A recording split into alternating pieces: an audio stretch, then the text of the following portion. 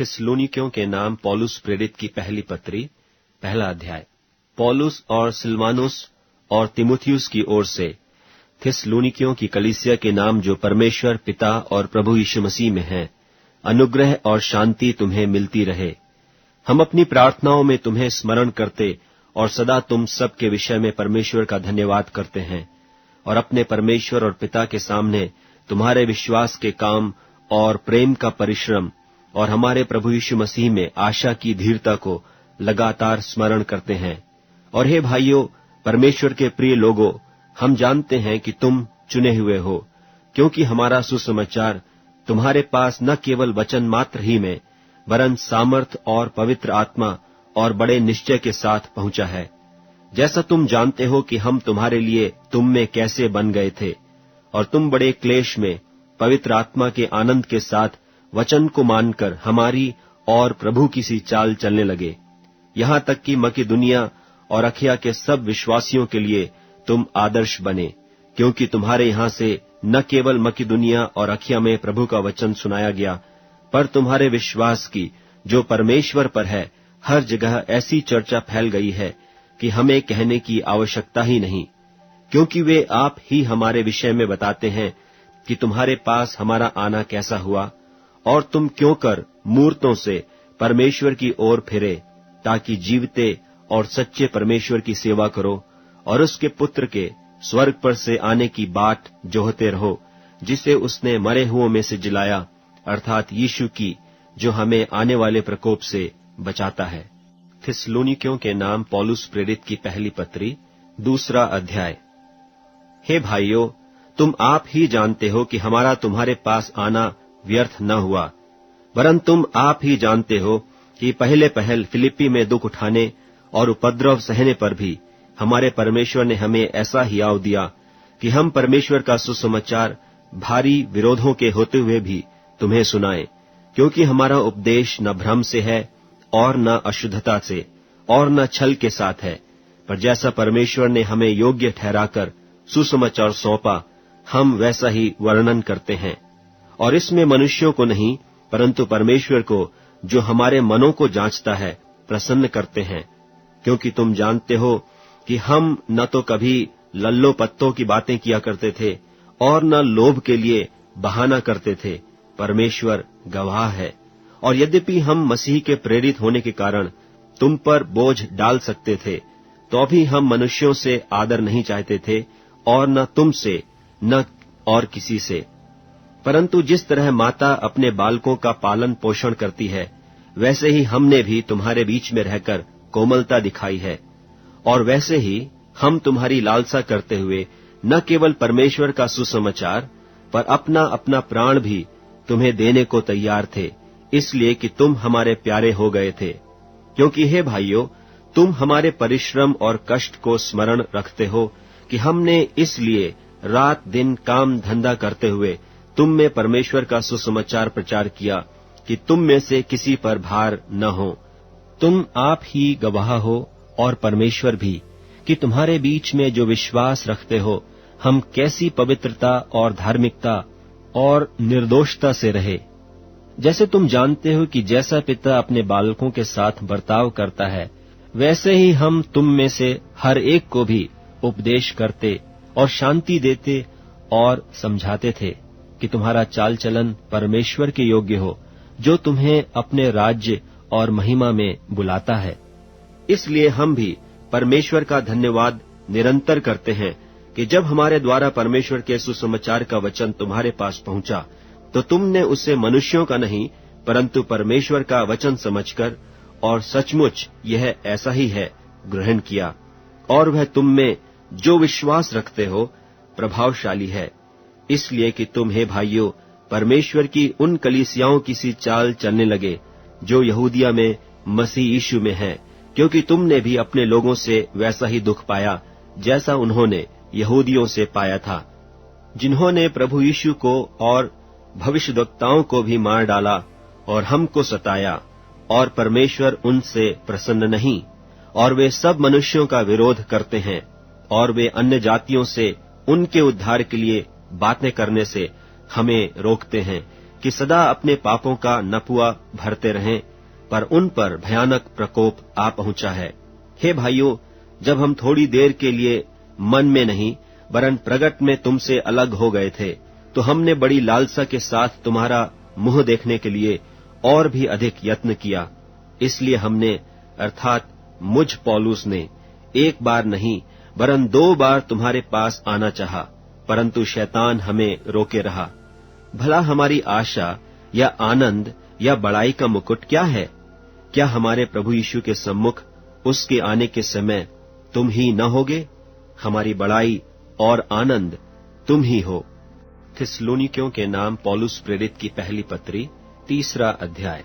इसलिए जब हमसे और न रहा गया तो हमने यह ठहराया कि एथेंस में अकेले रह जाएं, और हमने तीमुथियुस को, जो मसीह के सुसमाचार में हमारा भाई और परमेश्वर का सेवक है, इसलिए भेजा कि वह तुम्हें स्थिर करे और तुम्हारे विश्वास के विषय में तुम्हें समझाए कि कोई इन क्लेशों के कारण डगमगा न जाए, क्योंकि तुम आप जानते हो कि हम इन्हीं के लिए ठहराए गए हैं।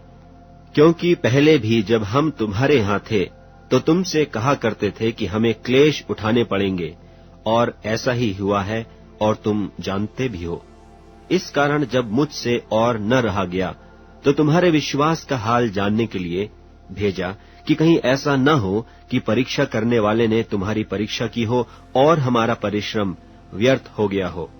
पर अभी तीमुथियुस ने, जो तुम्हारे पास से हमारे यहाँ आकर तुम्हारे विश्वास और प्रेम का सुसमाचार सुनाया, और इस बात को भी सुनाया कि तुम सदा प्रेम के साथ हमें स्मरण करते हो और हमारे देखने की लालसा रखते हो, जैसा हम भी तुम्हें देखने की। इसलिए हे भाइयों, हमने अपनी सारी सकेती और क्लेश में तुम्हारे विश्वास से तुम्हारे विषय में शांति पाई, क्योंकि अब यदि तुम प्रभु में स्थिर रहो तो हम जीवित हैं। और जैसा आनंद हमें तुम्हारे कारण अपने परमेश्वर के सामने है, उसके बदले तुम्हारे विषय में हम किस रीति से परमेश्वर का धन्यवाद करें। हम रात दिन बहुत ही प्रार्थना करते रहते हैं कि तुम्हारा मुंह देखें और तुम्हारे विश्वास की घटी पूरी करें। अब हमारा परमेश्वर और पिता आप ही और हमारा प्रभु यीशु तुम्हारे यहाँ आने के लिए हमारी अगुवाई करे, और प्रभु ऐसा करे कि जैसा हम तुमसे प्रेम रखते हैं, वैसा ही तुम्हारा प्रेम भी आपस में और सब मनुष्यों के साथ बढ़े और उन्नति करता जाए, ताकि वह तुम्हारे मनों को ऐसा स्थिर करे कि जब हमारा प्रभु यीशु अपने सब पवित्र लोगों के साथ आए तो वे हमारे परमेश्वर और पिता के सामने पवित्रता में निर्दोष ठहरें। थिस्सलुनीकियों के नाम पौलुस प्रेरित की पहली पत्री 4 अध्याय। निदान हे भाइयों, हम तुमसे विनती करते हैं और तुम्हें प्रभु यीशु में समझाते हैं कि जैसे तुमने हमसे योग्य चाल चलना और परमेश्वर को प्रसन्न करना सीखा है, और जैसा तुम चलते भी हो वैसे ही और भी बढ़ते जाओ, क्योंकि तुम जानते हो कि हमने प्रभु यीशु की ओर से तुम्हें कौन कौन सी आज्ञा पहुंचाई। क्योंकि परमेश्वर की इच्छा यह है कि तुम पवित्र बनो, अर्थात व्यभिचार से बचे रहो, और तुम में से हर एक पवित्रता और आदर के साथ अपने पात्र को प्राप्त करना जाने। और यह काम अभिलाषा से नहीं, और न उन जातियों की नाई जो परमेश्वर को नहीं जानती, कि इस बात में कोई अपने भाई को न ठगे और न उस पर दांव चलाए, क्योंकि प्रभु इन सब बातों का पलटा लेने वाला है, जैसा कि हमने पहले तुमसे कहा और चिताया भी था। क्योंकि परमेश्वर ने हमें अशुद्ध होने के लिए नहीं, परंतु पवित्र होने के लिए बुलाया है। इस कारण जो तुच्छ जानता है वह मनुष्य को नहीं, परंतु परमेश्वर को तुच्छ जानता है, जो अपना पवित्र आत्मा तुम्हें देता है। किंतु भाईचारे की प्रीति के विषय में यह अवश्य नहीं कि मैं तुम्हारे पास कुछ लिखूं, क्योंकि आपस में प्रेम रखना तुमने आप ही परमेश्वर से सीखा है, और सारे मकिदुनिया के सब भाइयों के साथ ऐसा करते भी हो। पर हे भाइयों, हम तुम्हें समझाते हैं कि और भी बढ़ते जाओ, और जैसी हमने तुम्हें आज्ञा दी वैसे ही चुपचाप रहने और अपना अपना काम काज करने और अपने अपने हाथों से कमाने का प्रयत्न करो, कि बाहर वालों के साथ सभ्यता से बर्ताव करो और तुम्हें किसी वस्तु की घटी न हो।